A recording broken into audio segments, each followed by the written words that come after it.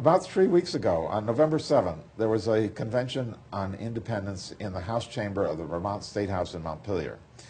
Can you tell us about that? Yes, this was the second statewide convention on secession, on independence in Vermont. We held one 3 years ago in 2005.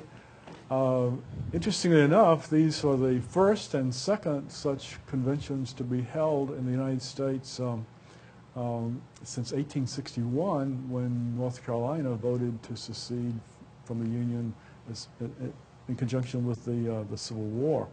The theme this year was of the convention was the Vermont Village Green alternative to empire that I spoke of a few minutes ago. It took the form of a circus, an old-fashioned medical show, a political forum with discussion, but there was art, music, a potpourri of different kinds of activities. The leadoff speaker I mentioned earlier was Gerald Celente, the trends forecaster from down in Rhinebeck, New York, who essentially challenged the Obama myth. One of the challenges that the Vermont independence movement faces is that two-thirds of that Barack Obama got two-thirds of the vote in the recent election, and that many, if not most, Vermont Democrats and progressives seem to think that Barack Obama represents the second coming of Jesus Christ, and that he truly walks on water.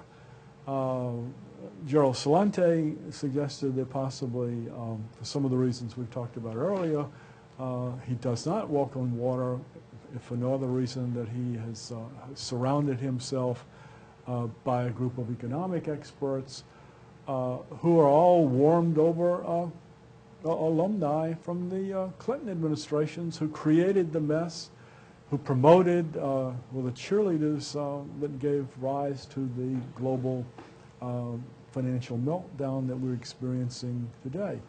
In addition to to Obama's economic advisors, there are also his foreign policy advisors, and you know, these people pretend to be doves, to be in favor of peace, but people like Zbigniew Brzezinski and Madeleine Albright are super Cold Warriors left over from the 1980s, and these are his foreign policy advisors.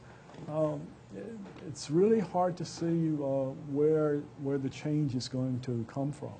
But following Gerald Celente, there were a number of other speakers. This year, unlike 3 years ago, there were 5 women speaking out for political independence. 2 of the more interesting were Chellis Glendinning, who came all the way from a Hispanic village in New Mexico, and talked about what we can learn from the experiences of other villages around the country and around the world. Another interesting speaker was Lynette Clark. Lynette is the chair of the Alaskan Independence Party that got a lot of attention when Sarah Palin was the Republican nominee for vice president, by virtue of the fact that her husband was for 7 years an active member of the Alaskan Independence Party. That's Sarah Palin's husband. Sarah Palin's husband. Yeah, yes. Right. Then we had, on the entertainment side, we had Bread and Puppet Theater performed an excellent skit. Their marching band was fantastic.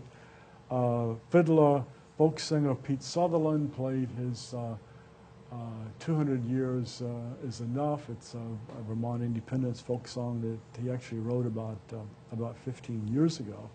Then the keynote speaker was James Howard Kunstler from across the lake in Saratoga Springs, the expert on peak oil, his famous book, The Long Emergency.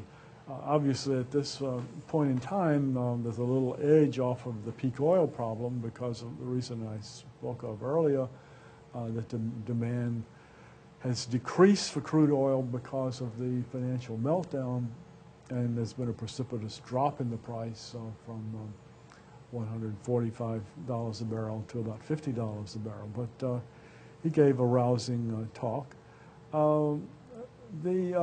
Perhaps the high point for me of the convention was a talk by a young University of Vermont freshman, Tyler Wilkinson-Ray, who had an audience of about 50 UVM students, and he essentially was raising the question of what kind of world do you expect after you graduate from UVM in 4 years? Is it, will you be able to find a job? What will be the condition of the economy? Will we be at war? Will there be a military draft? And was challenging his fellow students that if they had doubts about what kind of world that they might want to consider Vermont independence. And then one of the last speakers was Dennis Steele, who launched the new Vermont independence grassroots effort called the Green Mountain Brigade. So those were some of the events and speakers that took place at the convention on November 7th. I was there at the convention for the whole day, and I enjoyed it very much. I was impressed. The woman from Alaska, she talked about every time she goes out of the door in her house, she packs a .45 revolver on her hip. So she's a real gunslinger. Of course, she didn't bring it to Vermont, but and then we have the image of Sarah Palin shooting, going hunting in Alaska. Yeah, they're kind of big into the Second Amendment rights up there in Alaska. That's one of their big things. But it seems to me that the movement for independence includes both the right and the left, because there were certainly people there from the left, too. Yeah, absolutely. I mean, well, there are about 30 states that now have independence movements, and politically they're all over the place. I mean, the Alaskan would be one of the more politically conservative types. The Hawaiians, on the other hand, quite far to the left, as are the Puerto Ricans. And I guess many people perceive of the Vermont as kind of, left-leaning libertarianism. That's the way I like to describe it, or communal libertarianism.